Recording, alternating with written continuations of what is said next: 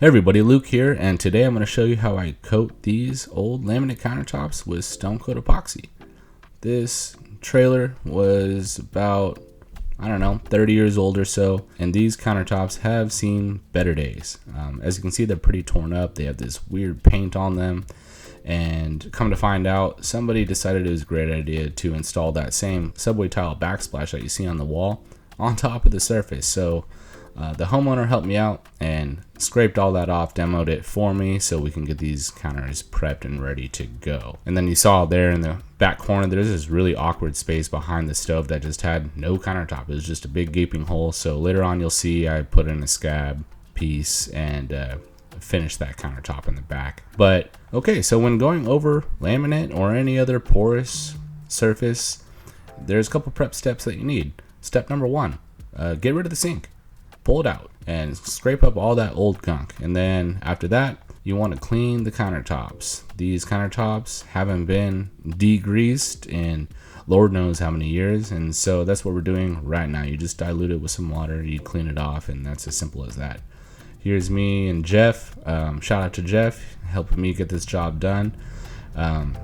We're trying to decide on the shape and size and whatnot of that cutout piece in the back, so later on I'm going to cut out a piece of MDF to fit back there. But until then, right now, just sanding the countertop. So you clean it, you sand it. I'm using 60 grit, and then I'm hitting those edges to make sure that epoxy can roll over those 90-degree edges. You can use a router, that'd be better, but I didn't have one. I just had what the homeowner had, which is Harbor Freight special. So we're working with what we got, but we'll get the job done. So after you sand, clean with isopropyl alcohol, we use 91%. Clean up your space and then prep your space. Epoxy sticky, surprise. And there's a lot of stuff in your house that you probably don't want sticky, so do yourself a favor, prep out that floor. We use ram board tape, put it down, cut it out. It's a good time. All right, everything's prepped. We are ready. Bonding primer. 2 thin coats with this stuff. You're just gonna roll it on just like you're painting, and then let it dry, and then roll it on again just like you're painting again. It's pretty easy, and this stuff goes on milky, translucent. The goal here is not to get it fully stark white. You probably rolled it on too thick at that point. These coats need to be thin. It's gonna help bite to that surface and then help that epoxy bond very well. So here we are.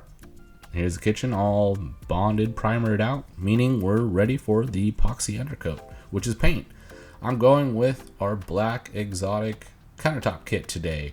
So we have a couple kits available, and they come with different additives, different designs, and this is my favorite one personally. So I took that, I think I added an additive or two just to help match that tile in the back with some browns and such. And you guys can do the same. So find the one that you like the best, and if you want to add a color, go for it. That's exactly what I did here, and you'll see here in a couple minutes how it turns out. So before we get to the mixing though, do your first layer of paint. As you can see, it doesn't look pretty. That's perfectly fine. Let that dry. Give it a light scuff with 220, and then we'll paint on our second layer of epoxy undercoat, and these tops will be ready to pour. So I forgot to tell you, I only had enough time to be on this job for literally a day and a half. So I was there this full day doing a pour. We got to get it all the way done to a color coat, and then I got to come back next day, top coat it, and then skedaddle. I got another job to do on the other side of the country. So the homeowners were nice enough to help me out. That was Stephanie out there helping me paint the backsplash. Jeff's over here, he's putting a scab piece of wood under the counter for this cutout to attach to when we install it. Yeah, we're moving along. Once these are all painted, we're gonna go over and do a sample board. I have a little area prepped. Here's just a piece of masonite, painted it black too, and then here's the additives. I just brought a bunch and then let them pick. I think we X-nayed one of them. There's black, white, brown dye. I think I added that to the kit. And then metallics that comes with. There was copper as well. They didn't want that, so I pulled that out, and here we are. And so we're about to do this sample board to practice the design, to make sure that they like what they see, and if they like it, then green light, we can pour these countertops. So today I'm using Speedcure Countertop Pro. Just like our art coat or our regular stone coat countertop epoxy, it has great UV inhibitors, scratch resistance, you name it.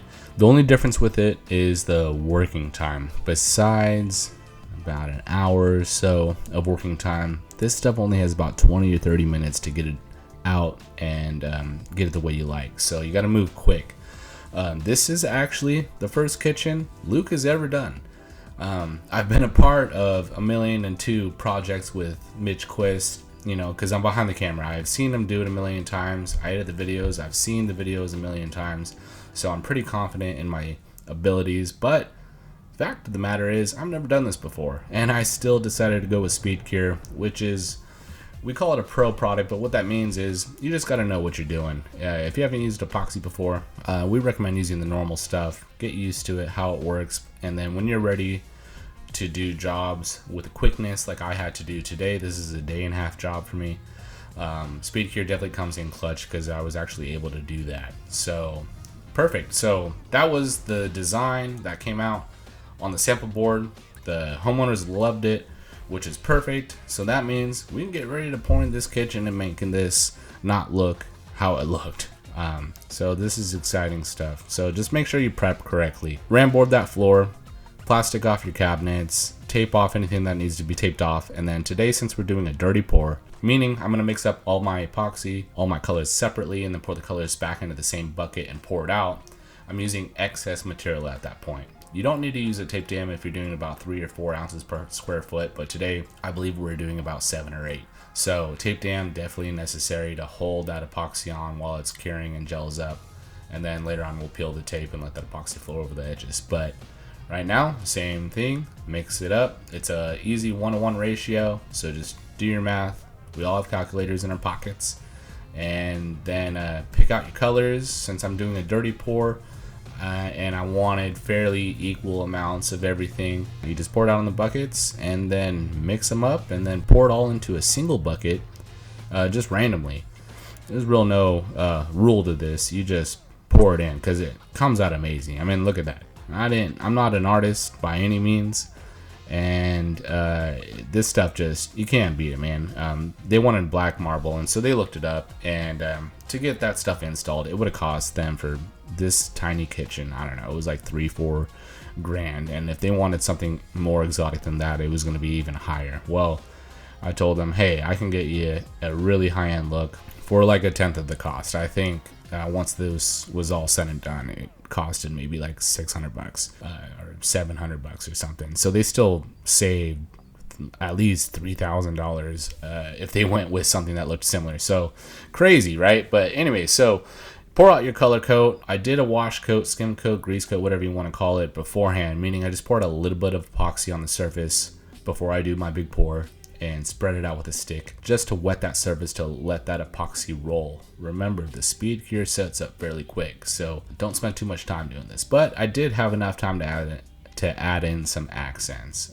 I thought that, you know, I wanted to add some contrast, some separation of the colors, so just took a little white dye, left it in a small cup, and just poured it out really randomly, and then used a popsicle stick and gave it a good old, and then there we go. It was all done. So while I finished the one side of the kitchen, I had to actually go back and mix up another batch, which with Speedcure, remember, you're on a crunch. So if you're going to do multiple batches of Speedcure, definitely solicit some help or just be very comfortable with our products. I'm very comfortable and I had help, so I had no problems pouring multiple batches, but we definitely had to keep the tempo up. So poured it out quick, poured out my accents quick, blended them in, and then move on.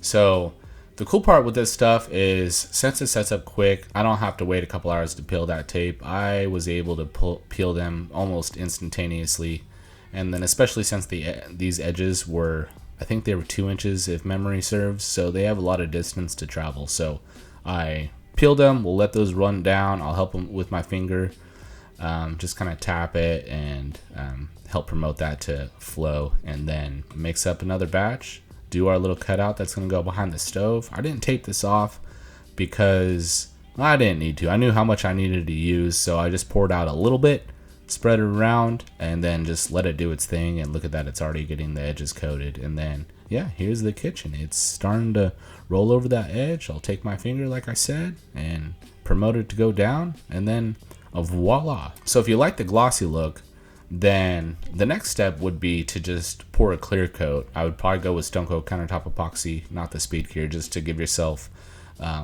more time for it to lay out and get glass smooth. But they wanted to go with the matte look, which you can get with our Ultimate Top Coat. We have a matte and a gloss version, as what I would like to call it as a leathered granite texture look, which is really nice because the little micro bumps in the top coat help even further with that scratch resistance that we all love. So we're going to tone it down, make it look a little bit more natural, get rid of all that glare, especially since the subway tile were already glossy. Then it would just be gloss city in all of our opinions. So we're going to tone it down. But yeah, so just make sure that you peel that plastic before the epoxy cures. You don't want that getting stuck to the cabinets.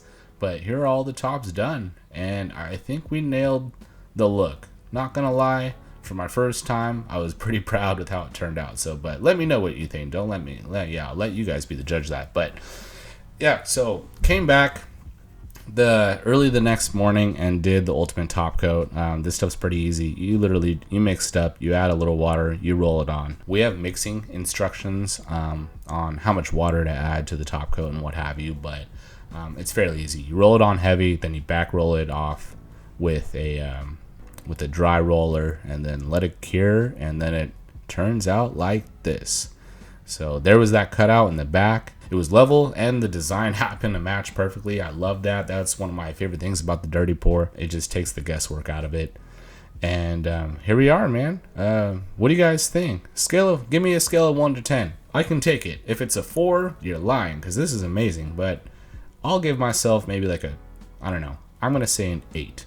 I'm going to say a confident 8, because black marble is such an elegant design, and then with those added earth tones in there, I just think it came out wonderful, and the homeowners loved it too. So yeah, that was about it, guys. I had to do this, I think, on one day where we worked 7-8 hours. The next morning I worked about 3, and then I was on to the next. So they had to go and install the backsplash for me, so shout out to them for helping me get this job done. So you guys will see the backsplash here in a second. But oh yeah, and then the backsplash, I wasn't able to film that, so sorry about that, but that's because it wasn't pretty. We had no room to pour. I'm offside, I don't have any of my tools, and so I had to pour on the ground, which is not ideal, and there's pets and people running around, and so it was a whole thing. But the backsplash got poured and top coated, and then that was installed the next day by the homeowners, and I think it turned out lovely.